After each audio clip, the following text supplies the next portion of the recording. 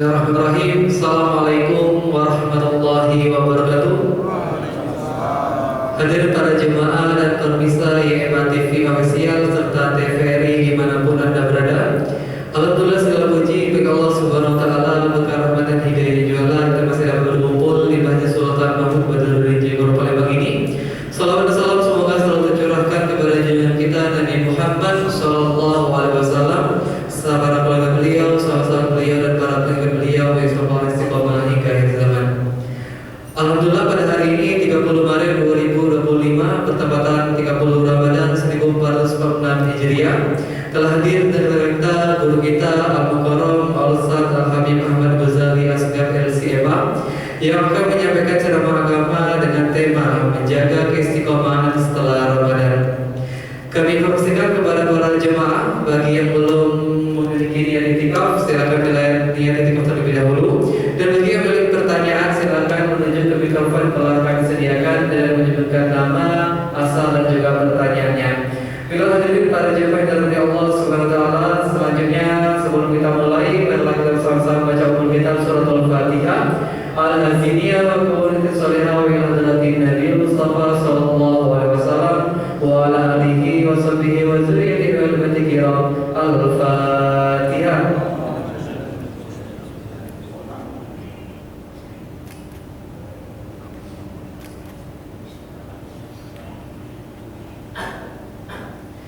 Baiklah dari para jemaah terima Allah Subhanahu wa taala, selanjutnya marilah kita dengarkan bersama-sama ceramah agama yang akan disampaikan oleh guru kita kepada Al-Mukarram Al-Habib Ahmad Ghazali Asgar LCMA. Kami persilakan. Shallallahu Nabi Muhammad. Bismillahirrahmanirrahim. Assalamualaikum warahmatullahi wabarakatuh. Innal hamdalillah nahmaduhu wa nasta'inuhu wa nastahdihi wa nastaghfiruh wa na'udzu billahi min shururi anfusina wa min sayyiati a'malina. May yahdihillahu fala mudilla lahu wa may yudlil fala hadiya lahu. Asyhadu an la ilaha illallah wahdahu la syarika lahu wa asyhadu anna sayyidana wa nabiyyana Muhammadan abduhu wa rasuluh la nabiyya wa la rasula ba'da. Allahumma shalli wa sallim wa barik wa karim wa majid wa 'azzim ala sayyidina Muhammadin miftahi babi rahmatillah 'adada ma fi 'ilmillah. Salatan wa salaman daiman bi dawami mulkillah wa ala alihi wa sahbihi wa man wala. Subhanakallahumma la ilma lana illa ma 'allamtana innaka antal alimul hakim wa tub 'alaina innaka antat tawwabur rahim. Allahumma arinal haqqa haqqan warzuqna ittiba'ahu wa arinal batila batilan warzuqna ijtinabah wa la taj'alhu 'alaina mushtabihan fanattabi'al hawa. Allahumma 'allimna ma yanfa'una wanfa'na bima 'allamtana wa zidna min ladunka ilma. Rabbi shrah li sadri wa yassir li amri wahlul 'uqdatam min lisani yafqahu qawli wa saddid lisani wahdi qalbi bi jahi nabi wal ali wa sahbihi amma ba'd. Hadirin hadirat para jamaah salat asar Masjid Agung Palembang yang dirahmati oleh Allah Subhanahu wa taala. Alhamdulillah kita sangat bersyukur pada Allah sampai pada hari ini, hari yang terakhir dari rangkaian pelaksanaan puasa Ramadan tahun 1446 Hijriah ini, kita masih bisa menjalankan kewajiban salat asar berjamaah serta tentu melanjutkan kewajiban kita melaksanakan puasa Ramadan. Mudah-mudahan semua amal ibadah kita di bulan Ramadan ini diterima oleh Allah Subhanahu wa taala. Juga kita diberikan kemudahan untuk melanjutkan amal-amal ibadah tersebut setelah selesainya bulan Ramadan. Amin ya rabbal alamin. Para hadirin dan pemirsa yang dirahmati Allah Subhanahu wa taala, materi yang akan saya sampaikan pada kajian atau cawisan sore hari ini adalah berkaitan dengan orang-orang atau kelompok yang tidak berhak menerima zakat. Sudah maklum bersama bahwa di akhir dari ibadah Ramadan ini Allah Subhanahu wa taala mewajibkan kita untuk menunaikan ibadah dan pokok, yaitu zakat fitrah. Zakat fitrah ini diwajibkan oleh Allah Subhanahu wa taala kepada setiap muslim, baik besar maupun kecil, sehat akalnya atau tidak sehat akalnya, baik budak maupun orang yang merdeka, selama orang itu merasakan Ramadan maupun Syawal. Yaitu jika ia merasakan Ramadan sekaligus Syawal meskipun hanya sebagian, maka ia wajib untuk membayar zakat fitrah. Begitu juga disyaratkan orang tersebut memiliki sisa harta atau makanan pokok, dalam hal ini adalah beras, setelah ia memenuhi terlebih dahulu kebutuhan untuk hari raya. Jadi kalau hari raya selama 24 jam dia sudah penuhi semua kebutuhan, lalu masih ada sisa harta, berapapun sisanya, baik banyak ataupun sedikit, maka orang itu wajib membayar zakat fitrah dengan sisa harta yang dia miliki itu. Maka oleh karena itu seorang yang fakir atau miskin sekalipun tetap wajib menunaikan zakat fitrah apabila dia masih memegang sisa harta itu. Rasulullah bersabda di dalam sebuah hadis, wa ammal faqiru, adapun orang yang fakir, maksudnya yang fakir membayar zakat fitrah, fayu'tihi Allahu azza wa jalla afdhala mimma a'ta, maka Allah akan memberikan untuknya sesuatu yang lebih afdal, yang lebih berkah dari apa yang dia tunaikan dari zakat fitrah itu. Nah, rahimakumullah, zakat fitrah ini maupun zakat mal Allah Subhanahu wa taala berikan kepada orang-orang yang sudah ditentukan, yaitu di dalam surat At-Taubah ayat 60 Allah sudah menyebutkan 8 kelompok yang berhak menerima zakat. Allah berfirman, innamas shadaqatu lil fuqara, sesungguhnya sedekah-sedekah itu yang dimaksudkan di sini adalah sedekah wajib, yaitu zakat. Lil fuqara, yang pertama untuk kaum fakir, wal masakin, dan kaum miskin, yang kedua. Yang ketiga, wal amilina 'alaiha, 'amil zakat. Yang keempat, wal mu'allafati qulubuhum, orang-orang mu'allaf yang baru masuk Islam tetapi hatinya masih goyah. Ya, tapi kalau hatinya sudah kuat atau dia sudah lama masuk Islam, maka dia tidak disebut sebagai mu'allaf yang berhak menerima zakat. Kemudian yang kelima, wafir riqab, yaitu budak, yaitu budak yang disebutkan ulama dengan budak mukatab, yaitu seorang budak yang sedang memerdekakan dirinya, sedang membeli dirinya dari tuan yang memilikinya. Kemudian yang keenam, wal gharimin, yaitu orang-orang yang berhutang. Yang ketujuh, wa fisabilillah, para mujahid fisabilillah. Dan yang kedelapan, yang terakhir, wa binis sabil, dan ibnu sabil, yaitu seorang musafir yang kehabisan bekal di tengah jalannya. Nah, itulah 8 orang yang berhak menerima zakat.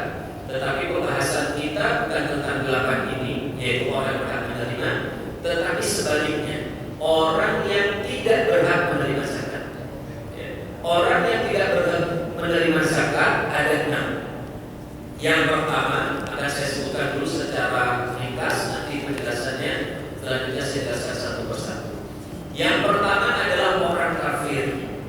Yang kedua, budak atau hamba sahaya. Yang ketiga, orang kaya.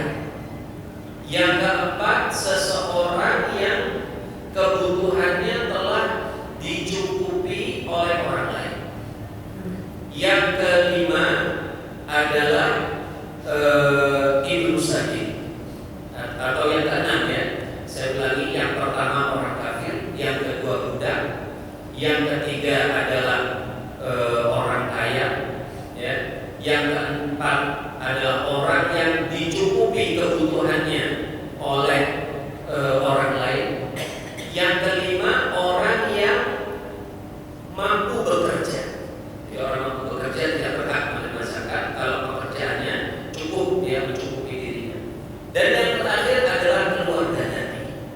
Itulah orang-orang yang tidak berhak menerima zakat. Baik, hadirin rahimakumullah dan para pemirsa sekalian, kita akan jelaskan satu persatu. Yang pertama, orang yang tidak berhak menerima zakat adalah orang kafir. Karena zakat ini adalah sebuah ibadah yang diwajibkan kepada orang-orang kaya yang muslim, ya, dan diberikan kepada orang-orang fakir dari kaum muslimin. Rasulullah SAW suatu ketika beliau mengutus sahabatnya Sayyidina Mu'adz bin Jabal untuk menjadi gubernur di Yaman. Ketika beliau mau berangkat, salah satu pesan Rasulullah SAW adalah, ya, jika orang-orang itu, maksudnya penduduk Yaman, telah mentaatimu untuk melaksanakan sholat, lalu Rasulullah mengatakan, fa'alimhum, ajarkan kepada mereka, annallaha aftaradha 'alaihim shadaqatan. Sesungguhnya Allah mewajibkan kepada mereka kaum muslimin itu shadaqah, zakat. Tukhadhu min aghniyatihim, yang diambil dari orang-orang kaya mereka, maksudnya orang kaya muslim. Wa turaddu 'ala fuqara'ihim, dan dikembalikan kepada orang-orang fakir mereka, itu orang fakir dan muslim.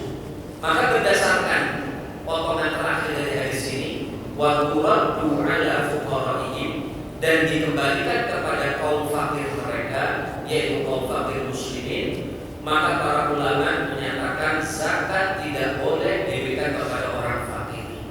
Meskipun orang fakir itu masih ada kenalan atau keterkaitan kekerabatan dengan pemberi zakat, ya. Zakat sebagai ibadah yang wajib hanya untuk orang muslim. Kalau kita ingin memberikan kepada non muslim, boleh tentu saja, tetapi dengan cara yang lain, misalnya dengan sedekah, dengan hibah, dengan hadiah, silakan, tidak apa-apa, ya. Bahkan seorang anak muslim apabila memiliki ibu atau ayah yang non muslim, maka anak muslim itu wajib tetap menafkahi orang tuanya yang non muslim. Nah, itu juga bisa dengan cara itu. Tapi khusus zakat maka tidak boleh diberikan kepada non muslim, ya. Nah, ini kelompok pertama yang tidak boleh menerima zakat. Yang kedua, orang atau kelompok yang tidak boleh menerima zakat adalah seorang budak atau hamba sahaya. Kenapa budak tidak boleh menerima zakat? Karena budak itu semua kebutuhan nafkahnya wajib dipenuhi oleh sang tuannya. Jadi tuannya lah yang memenuhi kebutuhannya sampai dia cukup.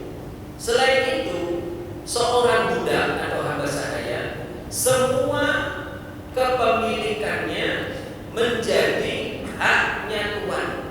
Jadi kalau ada yang memberi dia, maka pemberian itu hakikatnya milik tuannya, bukan milik si budak itu. Karena di dalam Islam seorang budak tidak memiliki hak untuk memiliki, sebuah barang. Dirinya dan apa yang dia miliki oleh si budak itu adalah hakikatnya milik tuannya. Oleh karena itu budak itu tidak bisa menerima zakat, kecuali satu jenis budak yang dikenal dengan budak mukatab. Budak mukatab adalah seorang budak yang meminta izin kepada tuannya, lalu diberi izin oleh tuannya untuk memerdekakan dirinya dengan cara membeli dirinya itu kepada tuannya, menebus dirinya kepada tuannya. Misalnya ada budak, dia ngomong kepada tuannya, ya tuan, saya minta izin untuk memerdekakan diri saya. Lalu kata tuan, oh silakan, kalau kamu mau merdeka silakan, ya. Lalu akan diberikan hargamu misalnya 10 juta. Sudah, setelah disepakati, maka si budak itu diberikan izin untuk bekerja. Hasil dari pekerjaannya akan dia cicil kepada tuannya sampai selesai cicilan tersebut. Apabila cicilannya selesai, maka budak itu menjadi merdeka, ya. Nah, budak yang seperti ini disebut dengan budak mukatab, dan dia berhak untuk menerima zakat guna membantu dirinya untuk menyelesaikan pembayaran harga budak itu kepada tuannya, ya. Jadi sekali lagi, budak secara umum, budak itu banyak macamnya, ya. secara umum budak tidak bisa dimerdek, tidak bisa menerima zakat karena setiap hak miliknya menjadi milik tuannya dan karena dirinya sudah dicukupi oleh tuannya. Kecuali satu budak, yaitu budak mukata, yaitu budak yang ingin memerdekakan dirinya sendiri. Kemudian yang ketiga, rahimahullah, orang yang tidak berhak menerima zakat adalah orang yang kaya. Maksud orang kaya ini adalah orang yang mampu memenuhi semua kebutuhan pokoknya. Jadi misalnya ada seorang keluarga dengan 2 orang anak. Kebutuhan keluarga tersebut ya misalnya 2 juta rupiah. Ya, misalnya 2 juta rupiah. Lalu kepala keluarga ini dia bekerja. Dari usahanya dia mendapatkan harta atau dia punya tabungan harta. Yang harta yang dia miliki itu mampu memenuhi kebutuhan dirinya, kebutuhan pokoknya, makanan, pakaian, tempat tinggal, termasuk di zaman sekarang kebutuhan-kebutuhan penting misalnya kesehatan, pendidikan, ya, kehidupan yang layak, semuanya sudah terpenuhi, maka orang itu tidak berhak menerima zakat. Meskipun mungkin dia bukan orang yang kita anggap kaya raya dengan tabungan yang melimpah, harta yang banyak, yang penting dia sudah cukup memenuhi kebutuhan pokoknya, tidak sampai meminta kepada orang lain, baik dia harta yang dipenuhi itu berasal dari harta yang sudah berwujud, berasal misalnya dari hadiah atau tabungan, atau dari pekerjaan yang dia lakukan, maka orang itu tidak lagi boleh menerima zakat. Ya, begitu juga kebutuhan orang ini tentu adalah dengan memenuhi nafkah anak istri, itu juga gitu. Apabila semua nafkah sudah terpenuhi dan dia tercukupi, maka dia tidak boleh terima zakat. Tapi kalau ada orang yang tidak memiliki harta untuk memenuhi kebutuhannya, atau dia punya pekerjaan tapi tidak bisa memenuhi dari pekerjaan itu semua kebutuhan dirinya dan apa yang wajib baginya untuk menafkahi, maka orang itu berhak untuk menerima zakat. Orang ini dikenal sebagai orang miskin kalau kebutuhannya tidak bisa mencapai 100%, atau disebut orang fakir kalau dia hanya bisa menutupi sampai 50% saja dari kebutuhan. Selanjutnya rahimahullah, orang yang tidak berhak menerima zakat yang keempat adalah orang yang mampu bekerja. Ya, orang yang mampu bekerja. Rasulullah SAW bersabda dalam sebuah hadis, la ta'ilu shadaqatu li ghaniyyin. Tidak halal sedekah itu bagi orang kaya, wala dzi mirratin sawiyyin. Tidak pula zakat itu halal bagi seorang yang memiliki kemampuan untuk bekerja. Jadi orang yang punya kemampuan bekerja, dia punya fisik yang sehat, tidak punya penyakit yang menghalangi dia bekerja atau cacat yang menghalangi dia bekerja.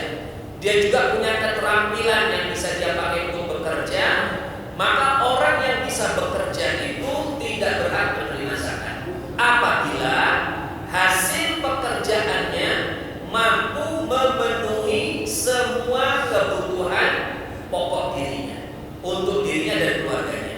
Misalnya tadi kepala rumah tangga, dia kerja, ya, dia kerja. Hasil kerjanya cukup untuk memenuhi dirinya, kebutuhan sandang, papan, pangan, dan juga kebutuhan anak-anak dan istrinya.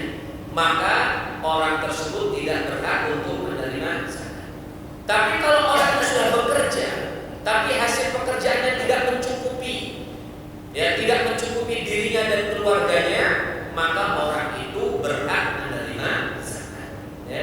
Jadi saya kembali ulangi, seorang yang tidak berhak menerima zakat adalah seorang yang mampu bekerja. Dia punya keterampilan, punya kekuatan bisa bekerja, maka dia harus bekerja. Kalau dari pekerjaannya itu mampu memenuhi kebutuhannya, itulah dia tidak bisa menerima zakat. Tapi kalau tidak bisa memenuhi kebutuhannya, baru orang tersebut berhak menerima zakat. Nah, di sini hadirin ada satu hal yang penting disebutkan oleh sebagian ulama, bahwa seseorang yang mampu bekerja tetapi dia tidak mau kerja. Orang ini pemalas disiapkan lapangan pekerjaan, tapi dia tolak, saya nggak mau kerja, saya mau nyantai santai saja. Kalau ada makanan dia makan, kalau nggak ya saya nggak makan. Misalnya begitu. Dia kadang-kadang nggak peduli sama keluarganya, sampai istrinya yang kerja, akhirnya istrilah yang menutupi kebutuhan anak-anaknya. Bahkan si suami kadang-kadang minta sama istrinya. Ada kan begitu? Orang yang seperti ini hadirin tidak berhak menerima zakat, karena dia tidak mau kerja, dia pemalas, tidak boleh menerima zakat. Tapi nanti anak istrinya dia berhak terima zakat, karena anak istrinya tak ada yang menafkahi. Anak istrinya kan tak ada yang menafkahinya. Ya, nanti akan kita bahas poin kelima. Orang kalau sudah dinafkahi tidak boleh terima zakat, tapi kalau tidak cukup dia boleh terima zakat. Jadi istrinya boleh terima zakat, anaknya boleh terima zakat, tapi si bapaknya itu tidak boleh terima zakat. Karena apa? Bapaknya ini tenaganya ada, dia punya bisa kerja, tapi nggak mau kerja, dihukum oleh syariat dia terima zakat. Ya, dia tidak terima zakat, tapi anak istrinya tetap diberikan zakat. Begitu juga hadirin, apabila ada seorang dia punya kemampuan untuk bekerja, punya keterampilan untuk bekerja, tetapi setelah dia cari pekerjaan, dia hanya mendapatkan pekerjaan yang secara hukum sosial kemasyarakatan, pekerjaan itu tidak layak bagi orang tersebut, maka orang ini terpaksa kerja. Nah, meskipun orang itu kerja, tapi karena pekerjaan yang tidak sesuai dengan kelayakan dirinya, maka orang itu tetap berhak mendapatkan zakat. Jadi salah satu syarat seorang tidak berhak menerima zakat adalah orang yang bekerja, tetapi dengan catatan pekerjaannya itu sesuai dengan kelayakan untuk orang seperti dia. Saya kasih contoh begini. Ada seorang misalnya sarjana dari salah satu universitas, memiliki gelar akademik, misalnya gelar teknik misalnya. Dia cari kerja dan dapat. Akhirnya dia dapat kerja menjadi tukang cuci piring di restoran, sebagai tukang cuci piring atau bersih-bersih di mana, cleaning service. Pertanyaannya, apakah pekerjaan mencuci piring atau cleaning service adalah sebuah pekerjaan yang layak untuk seorang dengan gelar sarjana teknik? Kira-kira layak atau tidak? Tidak. Ya, karena kemampuannya itu telah menjadikan dirinya memiliki status sosial yang lebih tinggi. Ya, dan dia bekerja sebagai di dalam pekerjaan itu pun adalah karena keterpaksaan. Coba seandainya dia memiliki kesempatan atau lapangan kerja sebagai seorang yang bekerja pada bidangnya, maka apakah dia akan memilih sebagai tukang cuci piring misalnya, atau pekerjaan yang lain, ataukah dia akan mengambil sesuai dengan kelayakan status pendidikannya? Maka tentu dia akan mengambil pekerjaan yang sesuai dengan status pendidikan. Artinya dia bekerja dalam posisi itu adalah terpaksa, hanya untuk supaya bisa menyambung hidup, ya, supaya dia tidak jadi orang yang terlantar, dia menutupi hidupnya. Maka orang seperti ini hadirin disebut sebagai tetap orang yang berhak menerima zakat, karena dia orang yang dianggap orang yang miskin, ya, pemasukannya tidak sesuai dengan status sosialnya yang seperti itu. Ya, jadi di sini tetap para ulama mensyaratkan pekerjaan yang membuat seorang itu tidak bisa menerima zakat sekali lagi adalah pekerjaan yang layak, yang bukan sembarangan pekerjaan. Kemudian yang kelima dari orang-orang yang tidak berhak menerima zakat, yaitu orang yang telah dipenuhi semua kebutuhan pokoknya oleh orang lain. Saya kasih contoh. Seorang istri, dia dipenuhi kebutuhan pokoknya oleh suami. Apabila semua kebutuhan pokoknya sudah terpenuhi, maka perempuan tersebut yang memiliki suami tidak berhak menerima zakat. Ada seorang anak dipenuhi kebutuhan pokoknya oleh orang tuanya, sehingga dia tidak terlantar, dia tercukupi semua kebutuhan. Maka anak ini tidak boleh menerima zakat karena telah terpenuhi semua kebutuhan pokoknya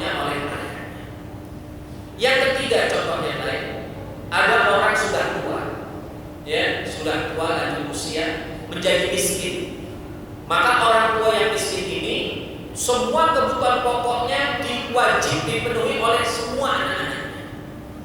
Kalau kebutuhan orang tersebut, orang tua ini telah tercukupi dengan baik oleh anak-anaknya, maka orang tua tersebut tidak boleh menerima zakat.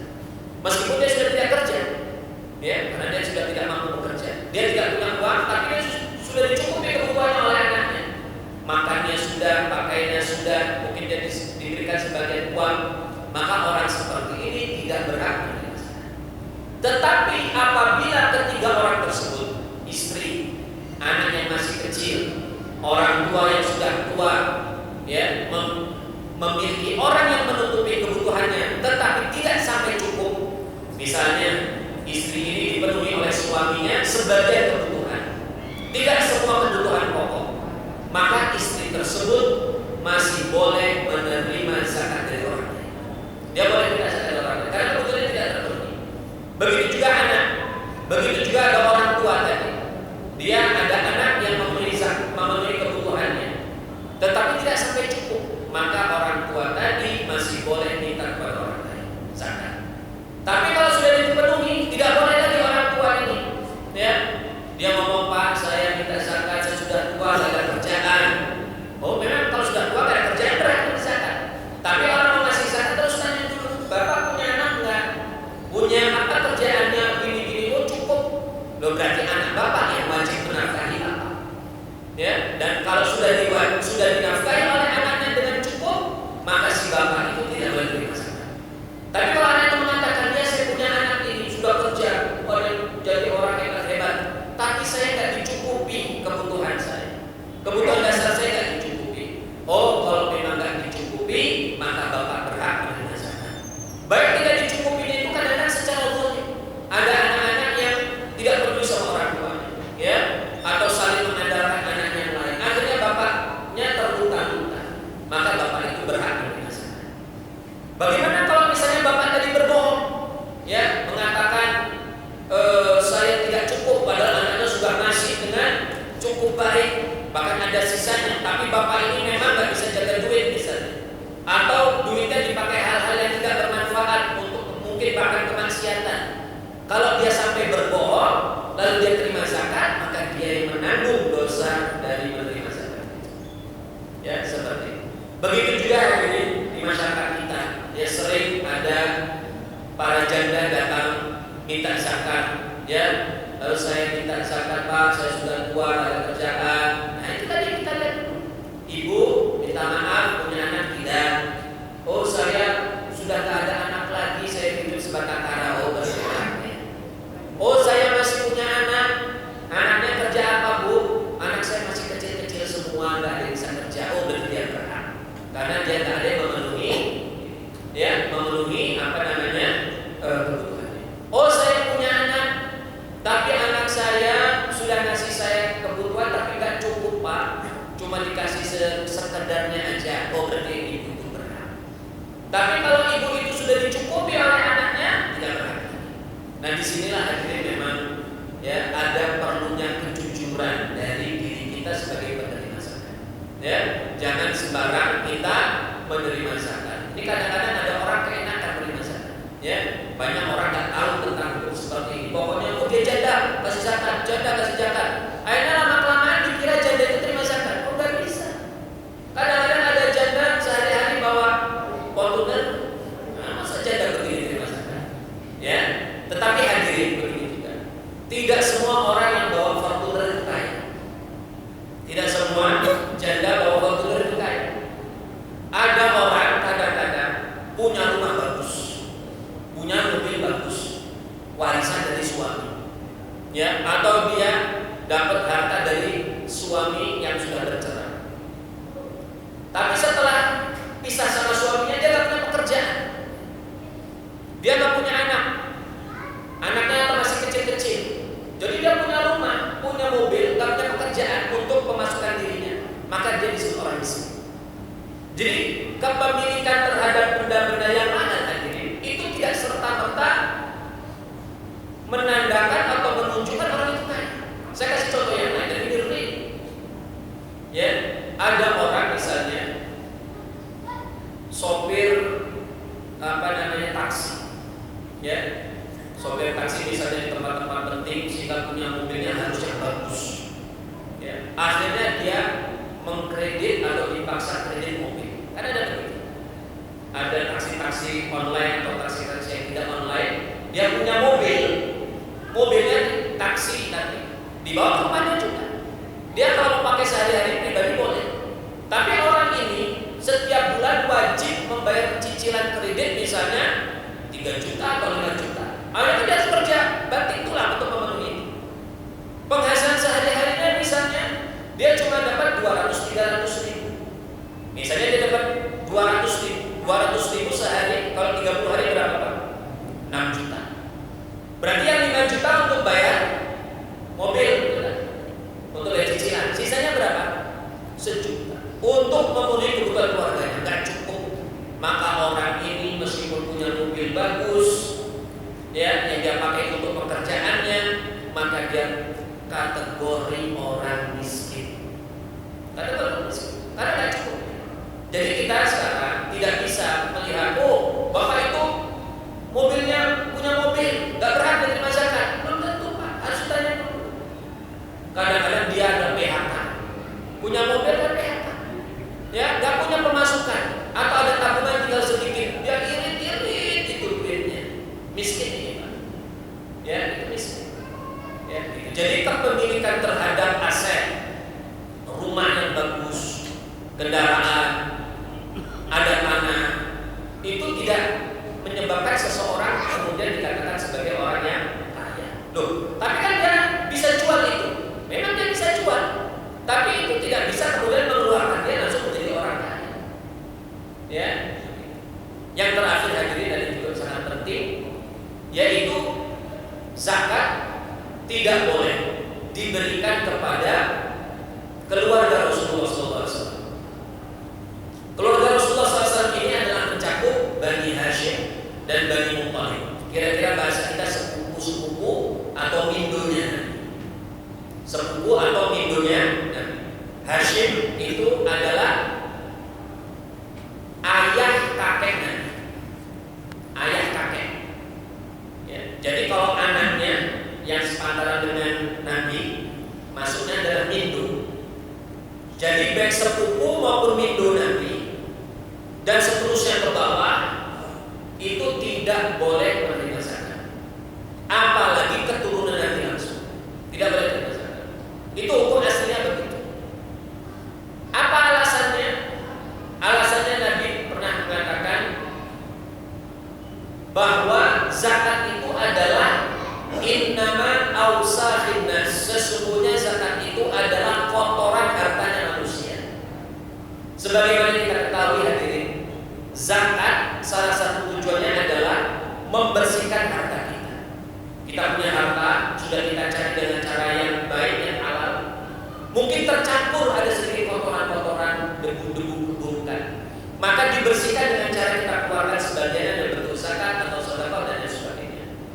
Nah, maka zakat itu seperti sisa-sisa dari kotoran harta.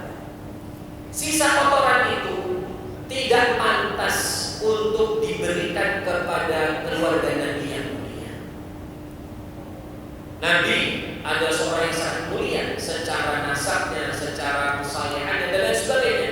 Paling mulianya manusia dan makhluk adalah Nabi, dan keturunannya dan keluarganya pun terikut dalam kemuliaan itu. Maka kita tidak pantas sebagai umatnya memberikan sesuatu yang tidak layak untuk orang yang mulia.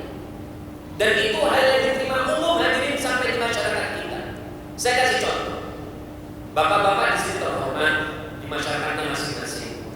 Ada yang mungkin pejabat, ada yang orang kaya, ada yang keluarga terhormat.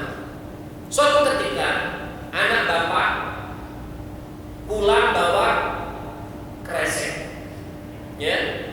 Lalu ditanya, Pak, nah apa itu? Oh ini Pak, saya tadi di jalan tadi ketemu orang dikasih kresek ini, isinya buah-buahan. Oh, bapaknya senang. Pas dibuka kreseknya, ternyata buah-buahan itu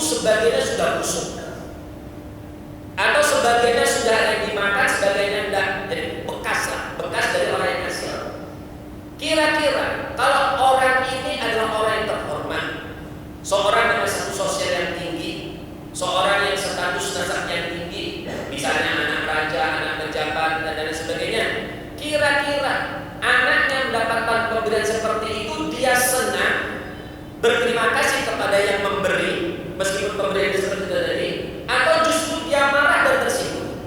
Kira-kira apa? Tersinggung atau senang? Tersinggung. Siapa ini yang ngasih kamu dan kurang ajar? Gak tahu apa-apa, kamu emangnya gak bisa ngasih ini? Bapak bisa beli-belikan dari yang lebih baik, lebih bagus dari ini. Siapa orang ini sembarang? Pasti marah. Pasti marah. Karena adanya sebuah kehormatan yang harus dijaga. Begitu pula lah kurang lebih logika sederhananya terhadap keluarga Nabi. Kalau kita mau memberikan sesuatu kepada orang yang mulia, kita punya guru, kita punya bos, kita mau ngasih anak bos, kira-kira bapak-bapak beli barang yang murah atau barang yang bagus? Barang yang bagus, supaya senang bos kita. Kalau kita ngasih yang jelek, lalu bos kita tahu anaknya dikasih barang jelek, marah. Ya, marah. Begitulah Rasulullah SAW.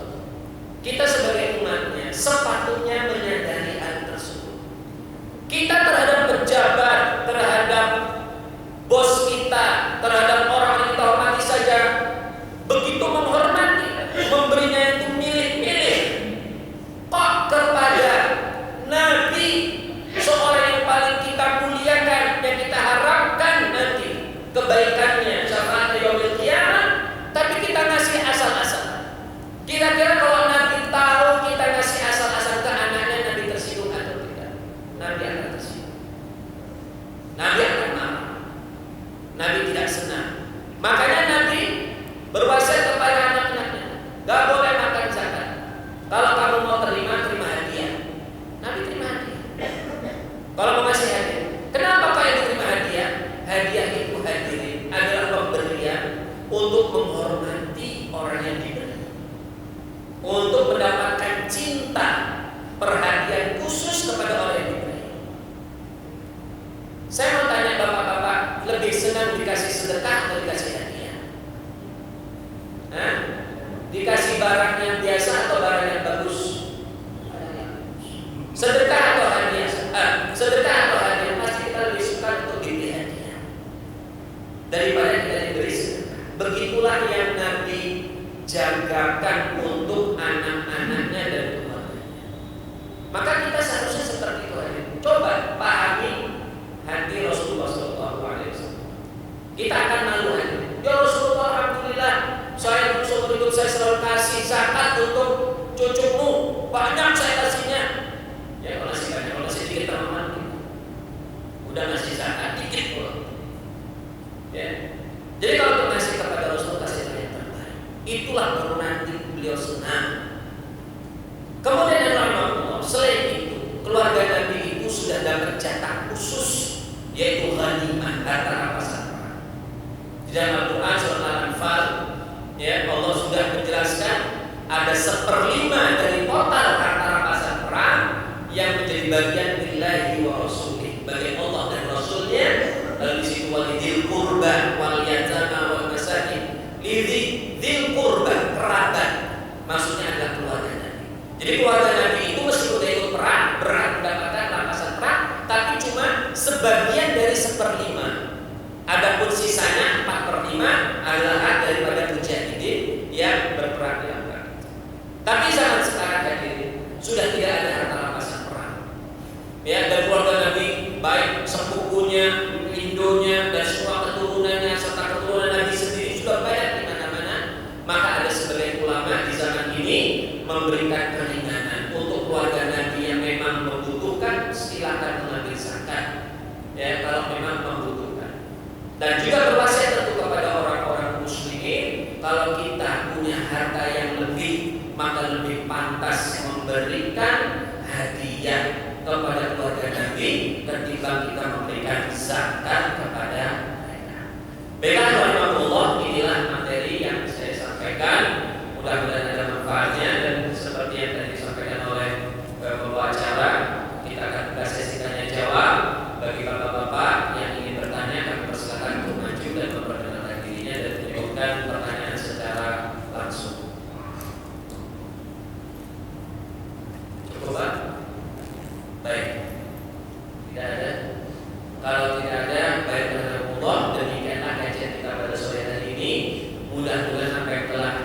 sampaikan ini bisa menjadi ilmu dan wawasan bagi kita semua. Mudah-mudahan bisa menjadi ilmu yang manfaat bagi kita. Dan kita memohon kepada Allah Subhanahu wa taala mudah-mudahan di akhir daripada hari Ramadan ini, mudah-mudahan Allah Subhanahu wa taala menjadikan kita hati-hati yang bersih, amal kita menjadi amal-amal yang baik, amal kita diterima oleh Allah Subhanahu wa taala. Mudah-mudahan kita bisa menutup daripada Ramadan ini dengan husnul khatimah. Mudah-mudahan kita diberikan kekuatan untuk melanjutkan ibadahnya setelah Ramadan. Mudah-mudahan kita dan keluarga jadi orang-orang yang selalu tunduk dalam syariat, laksanakan dan penuh ikhlas. Dan mudah-mudahan kita semua akan menutup semua kehidupan kita ini dalam keadaan husnul khatimah. Allahumma nas'aluka al-'afwa wal 'afiyah wal mu'afata da'imatan fid din wad dunya wal akhirah. Rabbana atina fid dunya hasanah wa fil akhirati hasanah wa qina 'adzabannar. Wa sallallahu alaihi wa ala sayyidina Muhammadin nabiyyi wa ala alihi wa sahbihi ajma'in. Walhamdulillahi rabbil alamin. Wassalamu alaikum warahmatullahi wabarakatuh.